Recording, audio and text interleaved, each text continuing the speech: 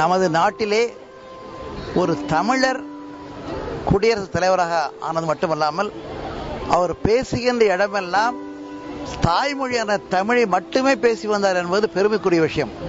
இதற்கு முன்னாலே தென்னாட்டிலிருந்து செல்ல பல ஜனாதிபதி இருந்தாலும் கூட தமிழிலே பேச வேண்டும் என்று தமிழிலே கடைசி வரைக்கும் பேசிய ஒரே மனிதர் அப்துல் கலாம் என்று சொன்னால் அது மிகையாகாது.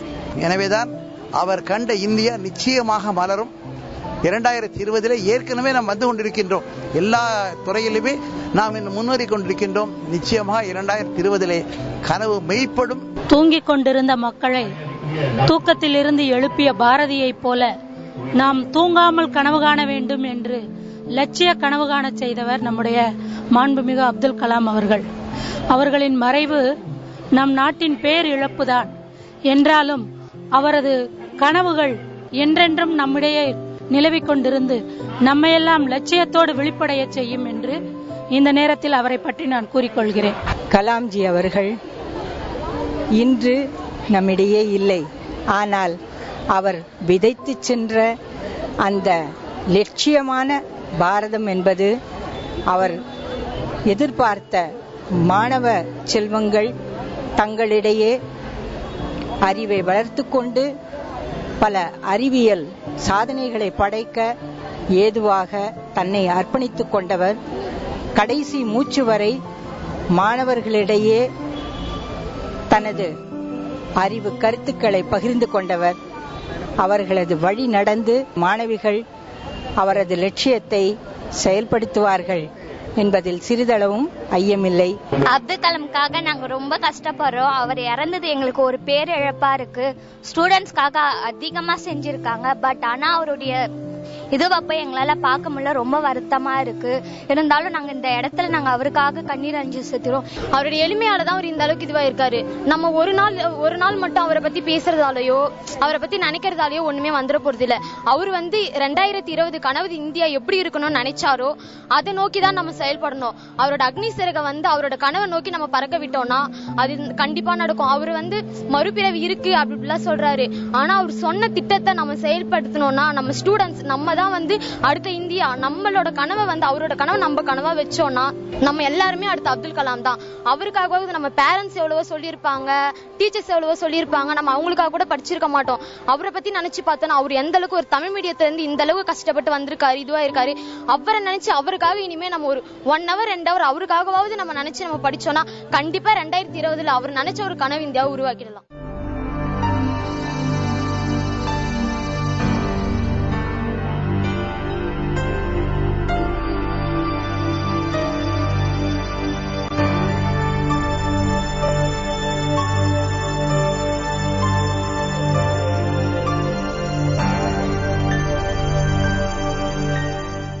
மாதிரி ஸ்டூடெண்ட்ஸ்க்கு ஒரு ரொம்ப பெரிய ஒரு இன்ஸ்பிரேஷனா இருந்தவர் சார் தான். அவருடைய வேர்ட்ஸ் எல்லாம் படிக்கிறப்போ ஒரு மல்டிவிட்டமின் டானிக் குடிச்ச மாதிரி எல்லாருக்குமே ஆட்டோமேட்டிக்கா ஒரு செல்ஃப் கான்ஃபிடன்ஸ் பூஸ்டப் ஆகும். ஸோ அந்த மாதிரி ஒரு பர்சன் இன்னைக்கு நம்ம கூட இல்லைங்கிறத நினைக்கிறப்போ உண்மையிலே கஷ்டமா இருக்கு. ஏன்னா எந்த ஒரு ஆசிரியருக்கும் மாணவர்கள் கேள்வி கேட்டா பிடிக்காதுன்னு. ஆனா இருந்தாலும் மாணவர்களை கேள்வி கேளுங்க, உங்களுடைய கேள்விக்கு பதில் சொல்லதான் நான் இருக்கேன் அப்படின்னு சொல்லிட்டு தன்னுடைய சிந்தனைகளை கடைசி நிமிடங்கள் வரையும் தன்னுடைய இறுதி நிமிடங்கள் வரையும் தன்னுடைய சிந்தனைகளை மாணவர்களுக்கு விதைக்கக்கூடிய ஒரு நல்ல ஒரு பெரு தன்மையோட தான் இருந்தாரு. ஸோ அவருடைய இழப்பு அவருடைய சிந்தனைகளை இந்த அளவு மாணவர்களுடைய எண்ணங்கள்ல விதிச்சிருக்காருன்னு சொல்லலாம். ஸோ அவர் என்றும் வாழ்ந்து தான் இருக்காரு மாணவர்கள் மனதில். அப்துல் கலாம் ஐயா இறந்துட்டாங்கன்னு சொல்லிட்டு முன்தினம் இரவு கேள்விப்படும் போது நாங்கள் ரொம்பவே அதிர்ச்சி ஆழ்ந்துட்டோம்.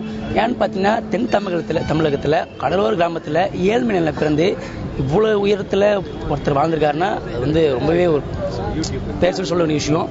அவர் இறக்கல, நமக்குள்ள விதைக்கப்பட்டிருக்காரு. இந்தியாவோட ஆக்க சக்தியும் இளைஞர்களின் ஊக்க சக்தியும் நம்ம இழந்து நிற்கிறோம்.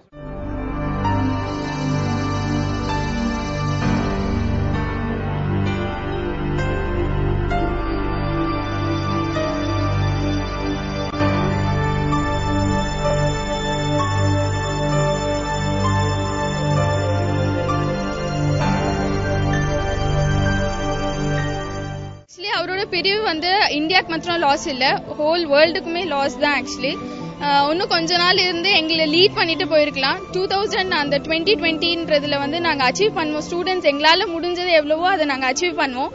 அவர் சொன்னதுல நாங்க ஏதாவது கொஞ்சமாச்சும் எங்களால முடிஞ்ச லா ஸ்டூடெண்ட்ஸால பண்ணுவோம் சார். சிந்தையில் தெளிவுடைய அப்துல் கலாம் அவர்களும் சிறந்த நற்குணங்கள் உடையவரே. பெற்றோர் சொல் வேதம் என கொண்டவரே. நாட்டு மக்களை, குறிப்பாக மாணவர்களை உச்ச துணையாக பெற்றவரே. ஆசையுடன் தொடங்குகின்றேன் என் உரைதனை. மாணவர்களின் மன கண்ணை திறந்து காவியம் படைத்தவன் நீ.